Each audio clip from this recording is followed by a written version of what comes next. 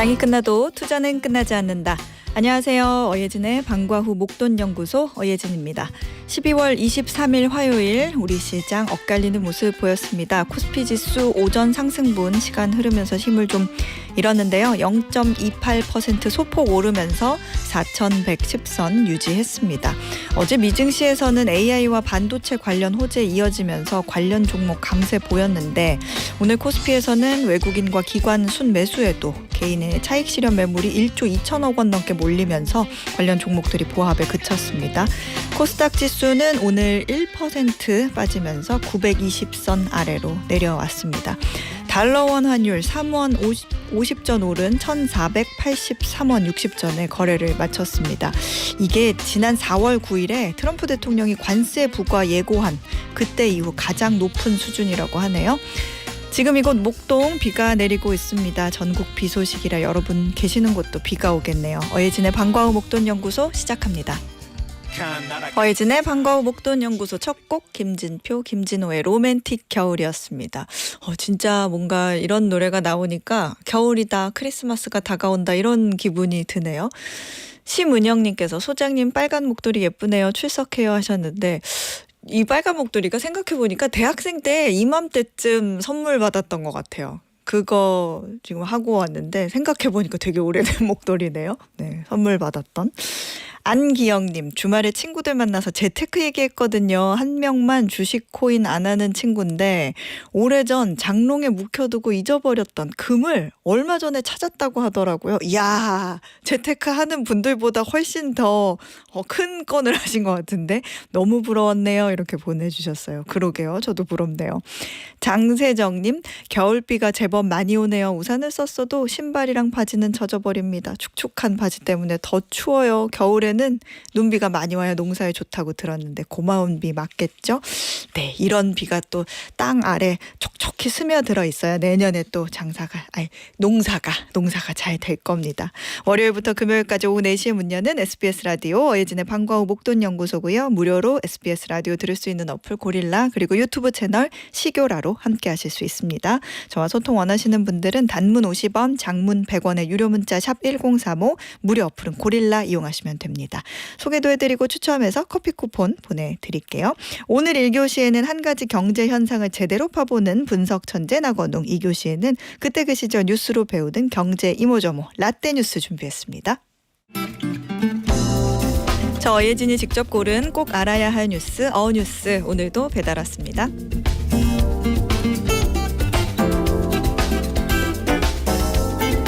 요즘 이란 거리에서는 눈에 띄는 큰 변화가 하나 있습니다. 히잡을 쓰지 않고 긴 머리카락을 드러낸 여성들이 거리를 당당하게 걷고 있죠. 여럿이 모여 쇼핑도 하고 보란듯이 카페에 앉아 커피를 마시며 이야기도 나눕니다. 이슬람 율법으로 나라를 다스리는 이란에서는 불과 몇 년 전까지만 해도 있을 수 없는 일이었죠. 공공장소에서 히잡을 안 쓰거나 머리카락이 조금이라도 보이면 도덕 경찰이라 불리는 단속반에게 제지를 당했고 심한 경우 끌려가기도 했거든요. 그렇다고 법이 바뀐 건 아닙니다. 히잡 착용은 지금도 법으로 의무고 단속 조직도 그대로입니다. 다만 최근 들어 집행이 느슨해졌고 처벌 방식도 눈에 띄게 소극적이라는 게 핵심입니다. 이 변화의 결정적인 계기는 2022년 마흐사 아미니 사건입니다. 히잡을 제대로 쓰지 않았다는 이유로 도덕 경찰에 붙잡혀 갔다가 구금 도중 사망했고 이 사건 이후 이란 전역에서 대규모 시위가 벌어졌죠. 사실 이란은 6, 70년대만 해도 중동의 파리로 불릴 만큼 지금보다 훨씬 개방적인 나라였습니다. 미니스커트와 민소매, 휴양지의 비키니까지 모두 허용됐고 히잡 역시 선택이었습니다. 오히려 히잡을 벗으라고 압박을 받는 경우도 있었죠. 당시 팔라비 왕조가 서구식 근대화를 강하게 밀어붙였기 때문입니다. 하지만 왕권의 부패와 전통을 무시한 사회 분위기에 대한 반발이 쌓였고 그 불만은 1979년 이슬람 혁명으로 폭발합니다. 이때는 오히려 여성들이 부패한 권력에 저항한다는 의미로 히잡을 쓰고 혁명에 동참했죠. 혁명 이후 이란은 모든 법과 사회 규범이 이슬람 율법 아래서 움직이게 됩니다. 히잡 착용도 이때 법제화됐고 규정을 어기면 끌려가 채찍을 맞기도 했습니다. 40년 전에는 저항의 의미로 히잡을 썼고 지금은 다시 저항의 의미로 히잡을 벗고 있는 이란 여성들. 시대가 바뀌면서 옳고 그름의 기준도 혁명의 상징도 정반대가 될 수 있다는 걸 이란의 역사가 보여주고 있는지도 모르겠습니다. 이란에서 다시 히잡이 사라지는 날이 올까요? 이상 어뉴스였습니다.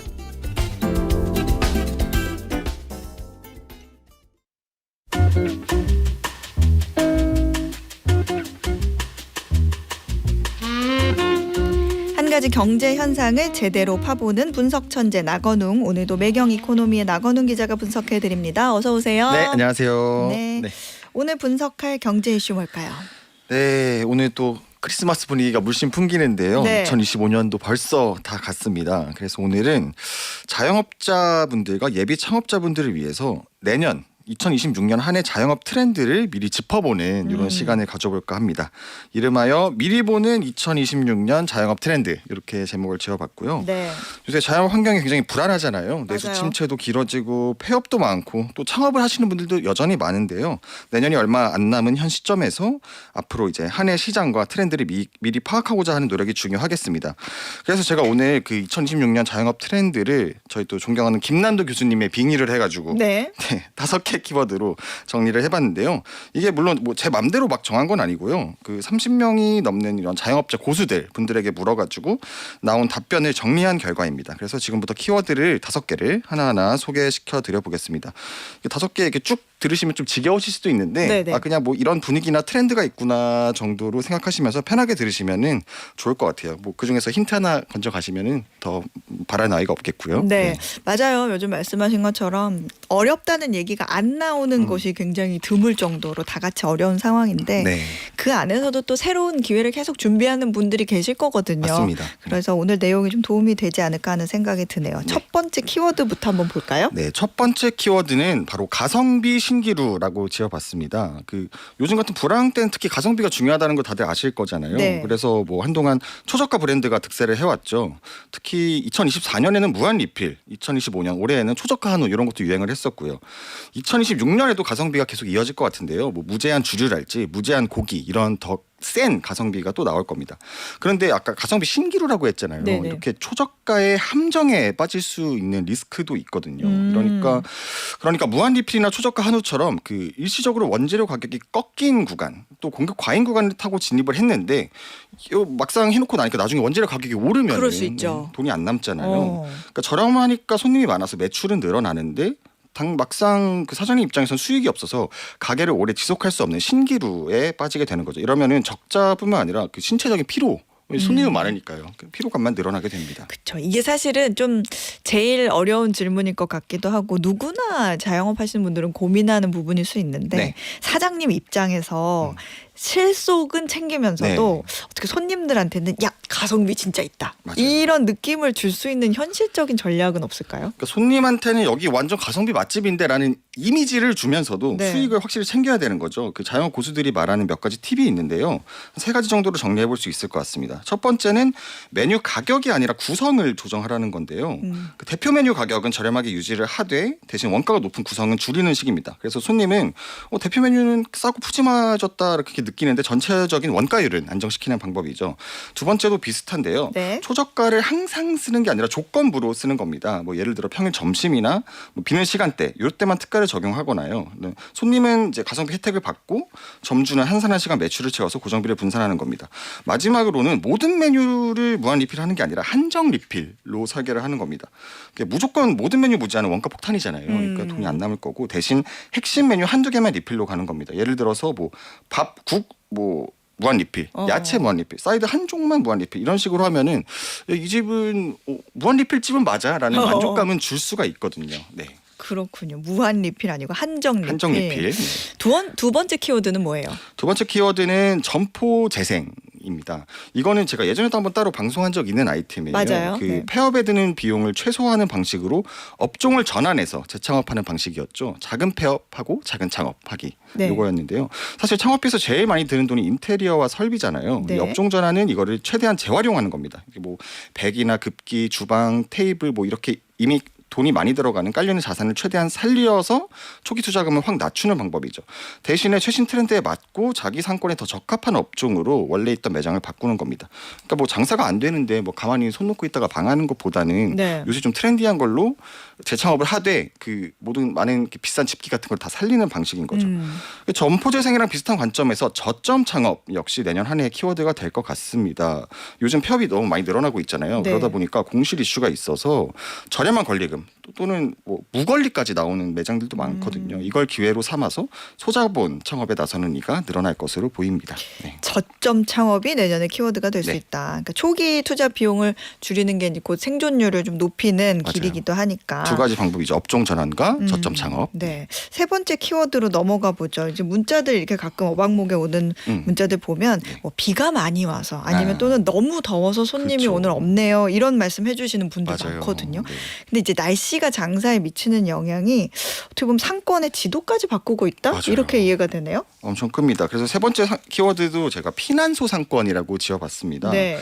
그 올 여름 정말 더웠잖아요. 근데 문제는 이 올해가 제일 안 더운 날이 될 거다 이런 맞아요. 예상이 나오고 있습니다. 네. 내년 폭염도 심하면 심해졌지 덜해지진 않는다는 건데요.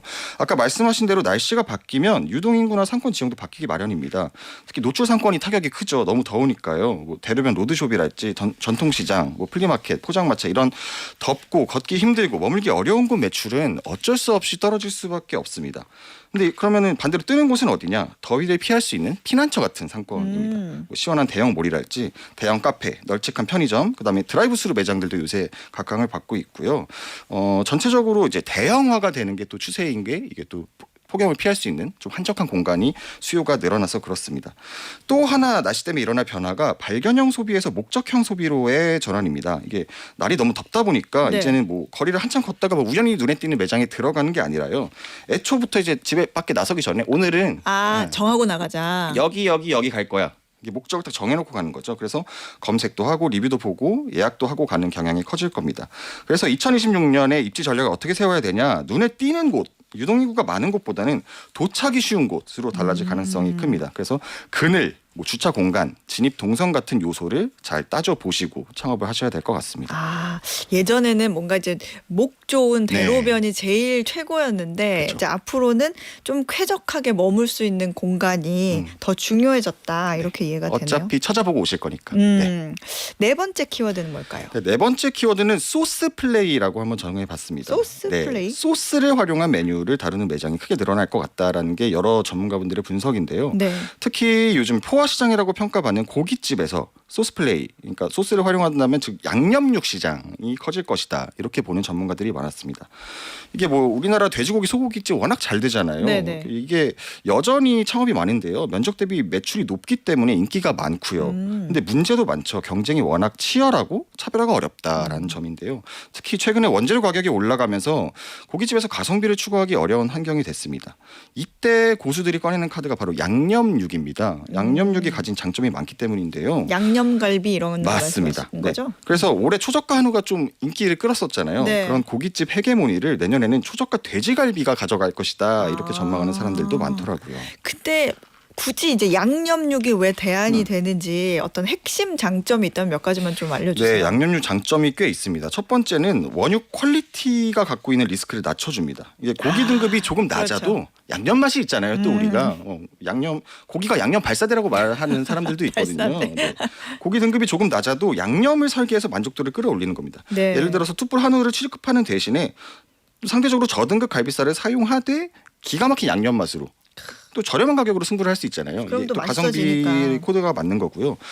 또 다른 장점으로는 운영이 쉬워집니다. 이게 양념 베이스랑 레시피만 잘 갖춰 놓으면요, 그 직원 숙련 의존도가 낮아지거든요. 그래서 직원이 바뀌어도 그 메뉴나 맛 편차를 줄일 수가 있고요.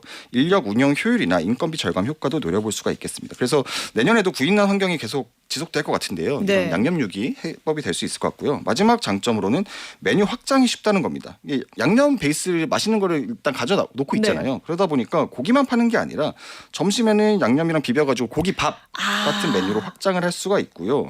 맛의 키포인트인 양념을 활용한 덮밥이나 정식, 뭐 도시락 이런 거를 팔기가 쉽습니다.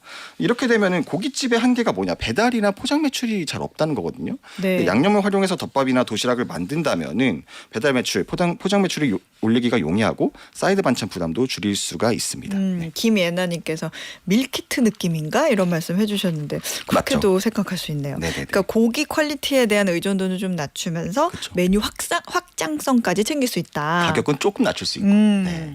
마지막 5번째 키워드도 한번 소개해 주세요. 벌써 마지막인데 네. 그것도 가성비랑 관련이 있습니다. 마지막은 무한 리필 2.0이라고 정해봤는데요. 이게 불황일수록 아까 가성비가 중요해진다고 했잖아요. 네. 그러다 보니까 뭐 많이 든든하게 이런 수요가 커지겠죠. 그래서 무한 리필은 내년에도 한동안 계속 뜨거운 키워드가 될 것 같은데요. 다만 2026년에는 무한 리필도 차별화가 필요하다는 게 여러 전문가들 전망입니다. 그래서 기존 질 낮은 고기를 무작정 퍼주는 거 뭐 이런 식의 무한 리필은 한계가 있다 이런 지적이 나오고 있어요. 기존 무한 리필과 뭔가 다른 게 있으니까 2.0 이거 붙이셨을 거 아니에요. 2026년형 무한 리필은 어떻게 달라질 네. 것 같아요? 그 이웃나라 일본에서 좀 힌트를 얻을 수 있을 것 같아요. 네. 일본에서 요즘 유행하는 것들이 한국으로 건너오는 경우도 굉장히 많잖아요. 그래서 네. 일본 트렌드를 좀 살펴보면요. 일본에서는 요새 타베호다이라는 업종이 굉장히 유행하고 있습니다. 그게 이게 무슨 뭐냐면은 말이에요? 네. 무제한 술 플러스 무제한 안주까지 즐기는 형태의 술집을 말합니다. 그래서 특히 뭐 우리 야키니쿠 고기구이 있죠. 야키니쿠 타베오다이가 일본에서 지금 선풍적인 인기를 끌고 있는데요. 아, 호다이가 무제한이라는 거군요. 맞습니다. 오, 네. 찍었어요. 그러니까 우리나라 무한리필집이랑 어떻게 다르냐? 우리나라는 싼 고기를 좀 많이 먹게 해주는 방식이잖아요. 네. 근데 일본은 좀 결이 다른데요. 고기 품질을 올리고 대신 가격도 좀 높입니다. 그러니까 비싼 무한리필집이라고 할 수 있겠죠. 네. 프리미엄 무한리필이라고 보시면 될 것 같은데요. 그 일본 타베오다이 가격을 살펴보면은 소고기 무한리필이 1인당 뭐 3만 원에서 5만 원 수준입니다. 근데 이게 코스를 나눠서 이제 라인업을 짜요. 그러니까 예를 들어서 A는 뭐 기본 고기 한우, B는 중간급 고기, C는 프리미엄 고기 이렇게 코스를 나눠 가지고요.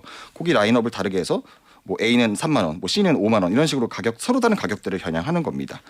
또 요새 일본에서 인기를 끄는 또 다른 무한 리필이 있는데요. 바로 요거 노미호다이. 또 호다이가 있죠. 네. 노미호다이 라인 업텐인데요. 이거는 한동안 1,900원 생맥주 엄청 유행했었잖아요. 요거의 뒤를 이어서 일본에서 유행 중인 주점 트렌드입니다. 음료 무제한이군요. 이거는 술 무제한인데요. 이 집에 있는 모든 술을 다 무제한으로 먹을 수 있어요. 라는 식인데 뭐 2시간 10,000원, 3시간 13,000원 이런 식으로 가격을 설정하고 매장에 있는 모든 주류를 무제한으로 마실 수 있습니다. 이게 우리나라에서도 적합할 수 있다고 생각되는 이유가요. 우리나라는 요즘 보통 1차에서 식사랑 음주를 한 번에 다 끝내는 분위기잖아요. 네네. 근데 그 1,900원 생맥주 이런 초저가 주점은 사실 식사로는 잘 안 가죠. 보통 3차나 4차 이런 데로 가는 건데 노미오다이 같은 경우에는 2-3시간 동안 이렇게 먹을 수가 있으니까 상대적으로 여유롭고 천천히 안주와 술을 즐길 수 있어서 1차 자리에 알맞습니다. 그래서 고객 입장에서는 오히려 초저가 주점보다 이런 무제한 술집 이런 게 더 가성비가 있다고 느낄 수가 있겠죠. 그렇군요. 타베 호다이, 노미 호다이 이런 문화가 한국식으로 어떻게 정착이 될까 이런 것도 좀 궁금해지네요. 네. 오늘 5가지 트렌드 쭉 짚어주셨는데 뭐 가성비, 신기루부터 무한리필 2.0까지. 근데 이게 쭉 들어보니까 관통하는 하나의 맥락이 좀 있는 것 같기는 해요. 결국에는 효율성 맞아요. 그리고 비용 절감인 것 같은데 네. 나 기자님은 이 트렌드 어떻게 요약하실 것 같으세요? 네, 저도 지금 뭐 5개 키워드를 늘어놓긴 했지만 만약에 하나 키워드로만 정리하라고 하면 저는 가성비가 역시 중요하다. 불황이니까요. 그런데 예전 가성비랑 좀 다른 게 있다면 이제 우리는 그동안 가성비하면 고객 입장에서만 생각을 했잖아요. 네. 근데 제 생각에는 그 내년에는 사장님 가성비도 중요해질 것이다. 사장님 가성비? 그러니까 뭐 일을 좀 효과적으로 하되 돈은 그 같은 시간에 많이 벌 수 있는 네. 그 수익 관점에서 가성비가 중요해진다는 거죠. 아. 그래서 요새 그 키워드로 선정하진 않았지만 무인 창업이 각광받는 이유도요. 사장님 가성비에 있습니다. 뭐 매출이나 수익이 엄청 만족스러운 수준으로 나오지 않을 수 있지만 몸이 안 힘들고 또 돈도 적게 들고 네, 이런 점 덕분에 폐업도 수월하고 이런 점 덕분에 사장님 가성비를 올릴 수 있는 포인트가 아닌가 이렇게 생각을 합니다. 사장님도 덜 피곤하면서 수익은 좀 있어줘야 하는. 맞아요. 그렇군요. 사장님도 가성비를 추구해야 된다. 굉장히 와닿는 표현인데 다른 팁도 있을까요? 네, 사장님 가성비를 높이기 위해서는 결국 이제 뭐 창업비용도 줄여야 되지만 우리 또 상당히 많이 차지하는 인건비를 줄이는 게 관건이죠. 맞아요. 사장님 말씀들 들어보면 다 이제 인건비에서 많이 갈린다. 맞습니다. 인건비 때문에 내가 더 하고 있습니다. 이런 말씀 많이 하시잖아요. 네, 근데 다행히 요즘은 저렴한 인건비로 일을 정말 잘해주는 친구들이 계속 늘어나고 있습니다. 바로 챗GPT 같은 AI 같은 네. 친구들이 고용하시면 됩니다. 그래서 뭐 무인 매장을 비롯해서요, 뭐 출입가 설비를 자동으로 제어해주는 뭐 스마트 스토어나 사물 인터넷 기술이 계속 발전하고 있고요. 요즘은 AI를 통해서 리뷰를 자동으로 분석하고 자동으로 댓글을 달아주는 이런 서비스도 나오고 있고요. 고객 개인화 메시지나 SNS 광고 자동화 이런 것들도 AI를 통해서 다 하시는 분들이 많더라고요. 그래서 사장님 한 명이 N인분, 수많은 사람들 인분을 함께 할 수 있는 이런 환경이 조성이 됐습니다. 그래서 높아진 인건비 환경에서 팀플을 하는 것보다는 원맨 팀으로 매장을 꾸려나가는 사장님이 가성비를 찾고 더 많은 수익을 창출할 수 있는 그런 내년 한 해가 되지 않을까 이렇게 생각을 해봅니다. 결국에는 이제 내년 자영업은 좀 구조를 관리하는 싸움이 되지 않겠냐 네. 이런 생각을 또 맞아요. 해보네요. 네. 오늘 이야기 속에서 각자에게 맞는 힌트 하나쯤은 꼭 가져가셨으면 좋겠습니다. 네. 지금까지 매경 이코노미 나건훈 기자였습니다. 고맙습니다. 네, 감사합니다. 네, 저희는 성시경의 미소천사 듣고 2교시로 돌아올게요. 매주 월요일부터 금요일 오후 4시부터 5시까지 경제에 관한 모든 것을 충전하는 시간, SBS 라디오 어예진의 방과후 목돈연구소와 함께하고 계십니다.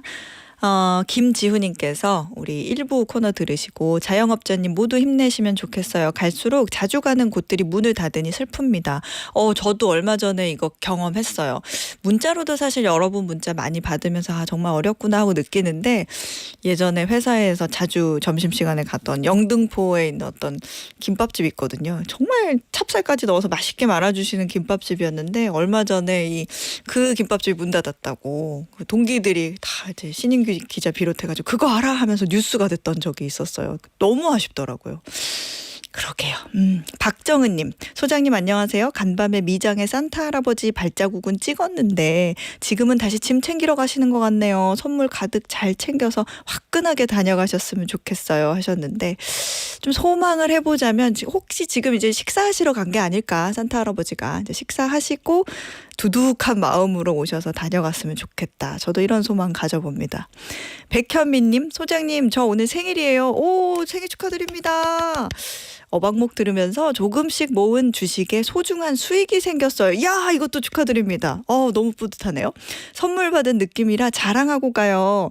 이면우 기자님이 지난주 경제뉴스 활용하는 법 너무 유익했어요. 뉴스도 유익해서 좋아하는 코너입니다. 늘 감사합니다 라고 해주셨는데, 저희는 아마 임 기자님도 같은 마음일 거예요. 이렇게 유익하다, 그리고 좋아한다 이렇게 말씀해 주시고 수익까지 생겼다라고 보내주시는 후기가 더 감사한 그런 순간들입니다. 백현미님 오늘 행복한 날 보내세요. 자, 오늘의 퀴즈 풀고 2교시로 넘어가 보겠습니다. 올해 최고의 한 해를 보낸 선수가 있습니다. 한국 여자 배드민턴의 간판인 이 선수인데요. 최근 항저우에서 열린 세계 배드민턴 연맹 월드투어 결승전에서 왕즈이 선수를 꺾고 정상에 올랐습니다. 이번 우승으로 시즌 11승을 기록하며 한 해를 마무리했는데요. 이는 2019년 일본 선수가 세운 역대 단식 단일 시즌 최다승과 타이 기록입니다. 이와 함께 올 시즌 우승 상금만 100만 달러를 돌파하는 기록도 세웠는데요. 퀴즈입니다. 현재 여자 단식 세계 랭킹 1위이자 올해 11승의 주인공인 이 선수는 누구일까요? 보기 있습니다. 1번 방수현, 2번 라경민, 3번 안세영. 정답 아시는 분들은 단문 50원, 장문 100원의 유료 문자 샵 1035 무료 어플 고릴라로 보내주세요. 보기 한번 다시 보내드릴까요? 1번 방수연, 2번 라경민, 3번 안세영. 자, 당첨되신 분들 중에 추첨해서요, 편의점 상품권 보내드리겠습니다.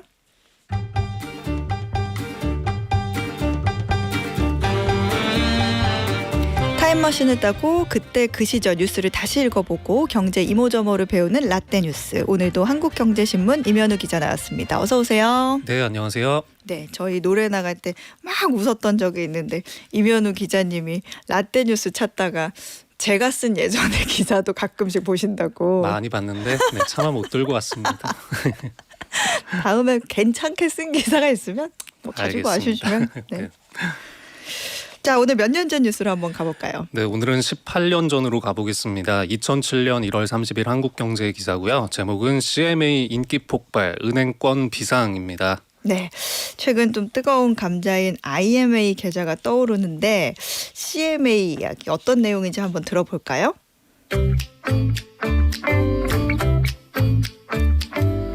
이제 월급 통장을 바꾸세요. 증권사의 종합자산관리계좌 CMA가 직장인들의 소액 재테크 수단으로 돌풍을 일으키고 있습니다. 상품 도입 3년여 만에 잔액이 10조 원을 넘어섰습니다.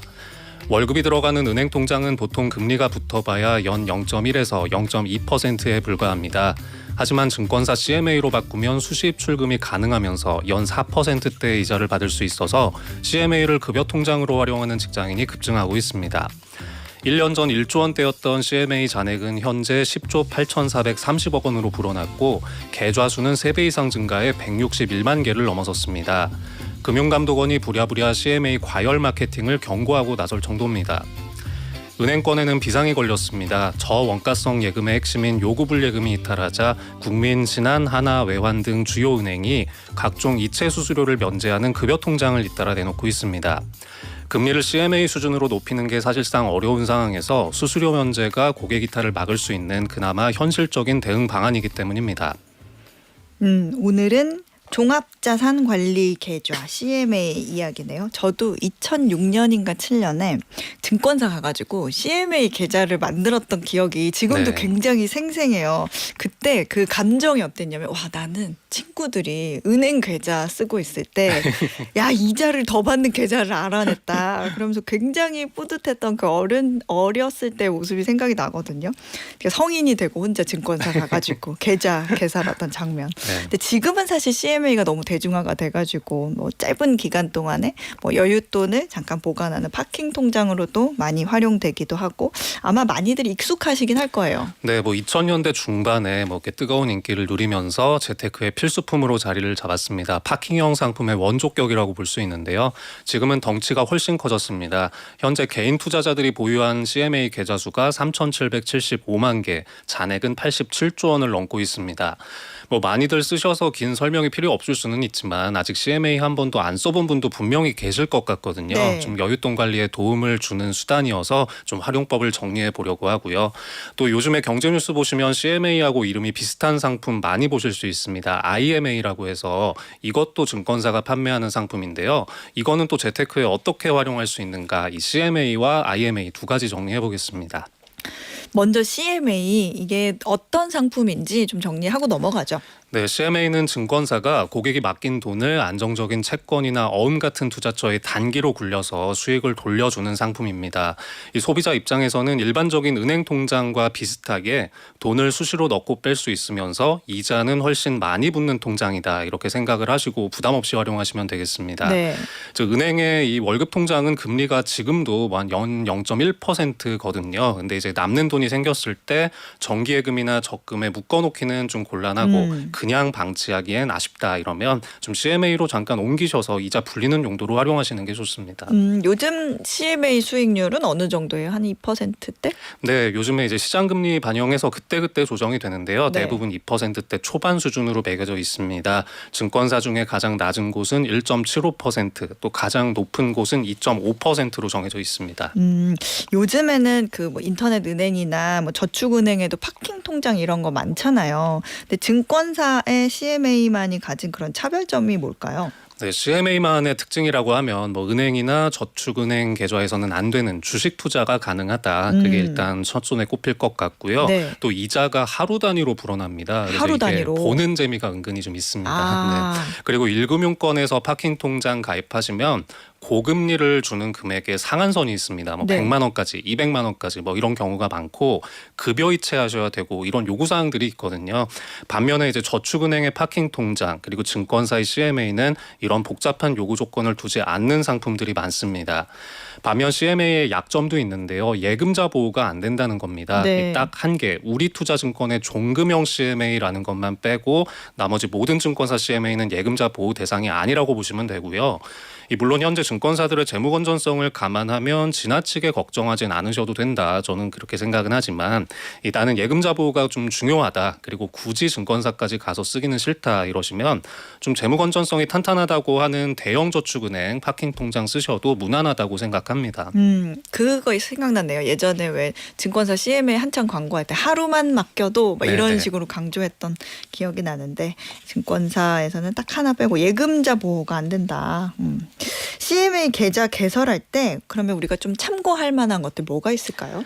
네, 사실 뭐 사용법이 일반적인 은행 통장하고 크게 다르지 않아서 뭐 말씀드릴 게 많지는 않은데요. 네. CMA 개설할 때 종류를 고르라고 합니다. 이제 증권사에 맞아요. 따라서 뭐 RP형, 발행어음형, MMF형, MMW형 이렇게 다양한 유형을 보실 수 있는데 네. 용어가 좀 딱딱하니까 고민되실 수가 있어요. 근데 너무 어려워서 그쵸. 모르겠어요. 이 사실 뭐 내가 맡긴 돈을 원금 손실 걱정 크게 안 해도 되는 안정적인 단기 상품에 굴린다는 원리는 다 공통적입니다. 그래서 무엇을 고르시든 간에 수익률 차이가 엄청 나지는 않고 은행 통장에 묵혀놓는 것보다는 어쨌든 훨씬 낫기 때문에 수익률 보고 고르시면 무난할 것 같습니다. 네. 그래도 나는 비교하는 거 정말 싫으니까 골라달라라고 하시면 네. 그냥 RP형 하시면 될 것 같아요. RP형. 예, 투자자들이 가장 많이 선택하는 유형이고요. 만약에 내가 이용하려는 증권사가 자기 자본이 4조 원 이상인 큰 증권사면 발행어음형이라는 게 보일 겁니다. 네. 그리고 아마 수익률이 RP형보다 좀 높을 거예요. 그러면 발행어음형으로 하시면 됩니다. 그리고 유형을 한번 골라도 나중에 바꾸시는 것도 가능합니다. 아, 그러니까 귀찮다 싶으면은 RP형, 근데 조금이라도 이자를 더 받고 싶으면 이제 초대형 증권사에만 있는 발행어음형. 네. 그렇군요. 자, 이제 CMA는 좀 복습이 된 것 같기도 하고, CMA로의 자금 이탈로 그 은행권에 비상이 걸렸다 이런 얘기가 있어요. 은행 고유의 영역을 좀 빼앗긴다 이런 위기감이 좀 들었던 것 같은데, 저축의 시대에서 그 동안에는 진짜 모으자 이런 시대에서 불리자로 이제 투자의 시대로 바뀌면서 증권사 이용이 계속 늘고 있죠.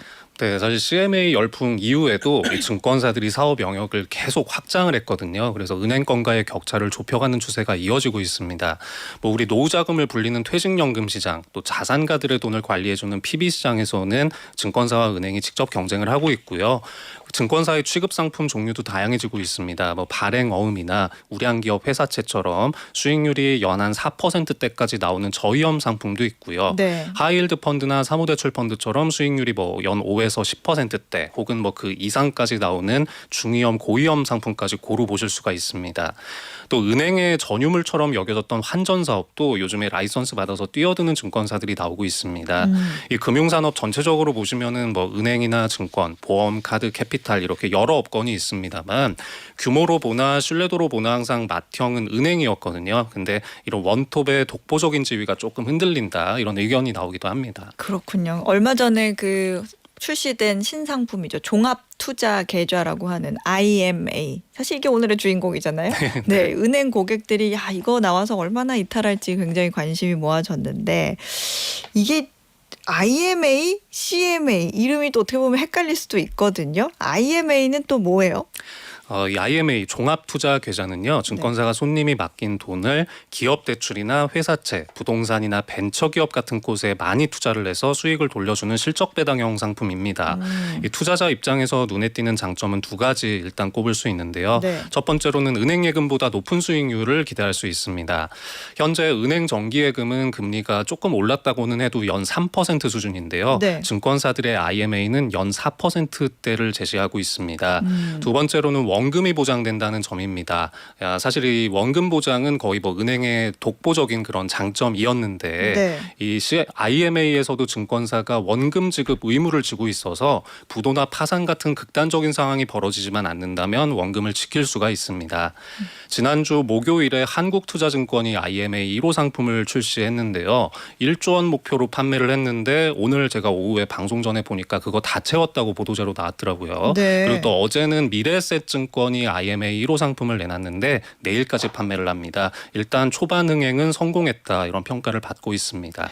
사실 이제 투자자들이 가장 궁금한 거는 수익률일 텐데 금융당국이 그 IMA라는 그 라이선스를 내줄 때 연 4에서 8% 수익률을 기대할 수 있다 이렇게 했잖아요. 네. 근데 이 연 4에서 8% 정말 이만큼의 수익이 보장되는 거예요? 네, 일단 금융당국에서 IMA라는 상품을 허용해주면서 수익률 예시를 다양하게 제시를 했었습니다. 저수익 안정형은 연 4%대, 중수익 일반형은 연 5%대, 그리고 고수익 투자형은 연 6에서 8% 뭐 이런 식이었는데요. 네. 수익률이 높을수록 사실 좀 위험하잖아요. 그렇죠. 그래서 증권사들도 IMA라는 거를 처음 해보는 거니까 일단은 좀 안정적인 형태의 상품을 1호로 출시를 한 겁니다. 두 상품 모두 최소 가입 금액은 100만 원부터고 기대 수익률이 연 4%로 정해져 있습니다. 이 한투의 IMA는 만기가 2년이어서 2년 동안 8%, 또 미래에셋의 IMA는 만기가 3년이어서 3년 동안 12% 이렇게 보시면 되겠는데요.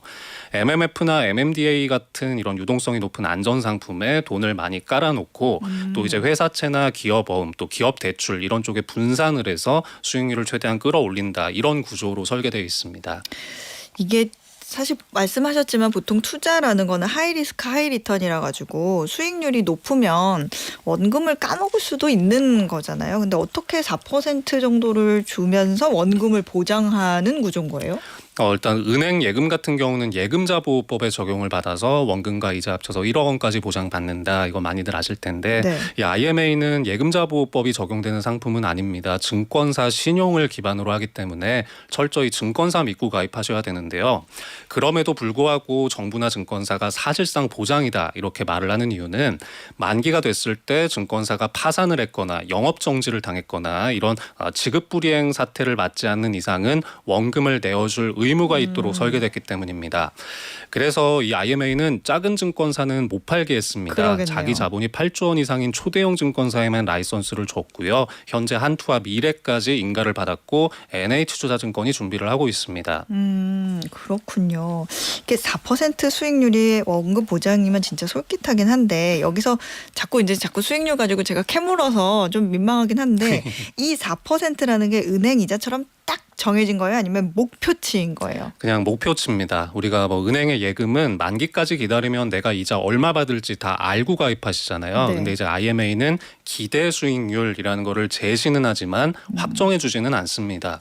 근데 제 생각에는 증권사들이 자존심도 있고 하니까 어떻게든 수익률을 아마 맞추기는 할 거예요. 시작하는 그때니까. 그렇죠. 여기서 못 맞추면 망신이니까. 그거 봐라 이렇게 얘기 나올 수 있어서. 그렇죠. 근데 만에 하나 연 4%대가 안 나왔다 그래도 네. 나는 원금은 보장이 되지만 그거는 뭐라고 할 수가 없습니다. 기대 수익률이라고 해놔서. 그렇죠. 그리고 이제 반대로 연 4%보다 수익률이 더 나오는 것도 가능하고요. 그렇군요. 어쨌든 내 돈을 굴려서 수익이 좀 많이 나면 증권사가 수수료를 좀 꽤 떼어 가겠네요. 네, 일단 기본 수수료 격인 총 보수가 있는데요. 네. 한투의 1호 IMA는 연 0.6%, 미래에셋의 1호 IMA는 연 0.22%로 정해졌습니다. 좀 주목하셔야 되는 부분은 기대 수익률 이상으로 초과 수익이 났을 텐데요. 증권사에서 성과 보수를 떼갑니다. 한투에서는 초과 수익의 40%, 미래에셋은 30%를 가져가는 구조입니다. 앞으로는 이 기대 수익률이 6%대, 8%대인 더 높은 이런 고수익의 IMA도 나올 예정이긴 한데 네. 이때는 성과 보수의 비율이 더 높아질 가능성도 있습니다. 사실 이 사모펀드도 성과 보수가 높아야 20에서 30% 정도를 하는데 네. 좀 너무 많은 거 아니냐 이런 점이 논란이 있기도 하거든요. 근데 증권사들은 수익도 내면서 원금도 보장을 해줘야 되기 때문에 비용에 반영될 수밖에 없다 이렇게 설명하고 있습니다. 이 얘기를 들으시면서 IMA 나도 한번 하고 관심을 가지시는 분들이 많으실 수 있는데 투자자가 좀 주의해야 할 점은 없을까요?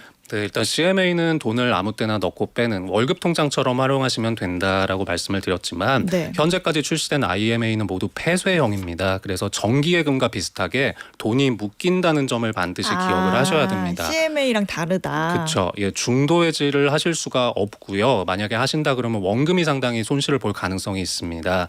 만약에 내가 한 2년, 3년 안에 목돈을 중간에 뺐을 일이 생길 가능성이 있다 이러면은 좀 IMA보다는 다른 곳에 맡기시는 게 좀 마음이 편하실 수도 있을 것 같습니다.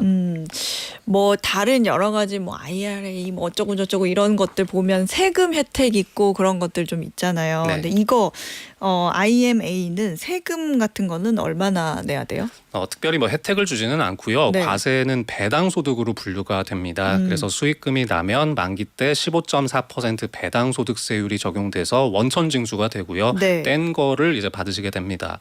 근데 만약에 다른 이자 소득이나 배당 소득이 많은 분들은 금융소득 종합과세 반드시 신경을 쓰셔야 되겠죠. 네. 금융소득이 1년에 2천만 원 초과하는 금액은 다른 소득과 다 합쳐서 이제 최고 45% 세율까지 종합과세가 되기 때문에 이런 것도 해당되시는 분들은 좀 많이 계산을 해보셔야 될 겁니다.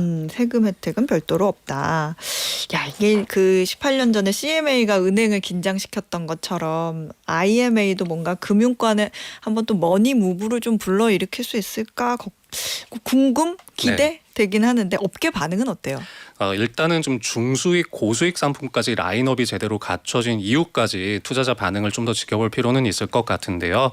금융권에서는 이 경쟁력이 좀 있기 때문에 저원가성 예금이 좀 이탈할 가능성은 있다고 보고 있습니다. 네. 하지만 이 은행권의 정기예금 금리도 최근에 상승세를 타고 있고 은행에 또 ELD 같은 대체 상품들이 또 있기 때문에 네. 타격이 그렇게 대단히 많을 거는 아니다. 이런 의견도 함께 나오고 있습니다. 그렇군요. 우리가 선택할 수 있는 투자의 폭이 점점 넓어지는 것 같네요. CMA부터 시작해서 오늘 IMA까지 한번 알아봤습니다.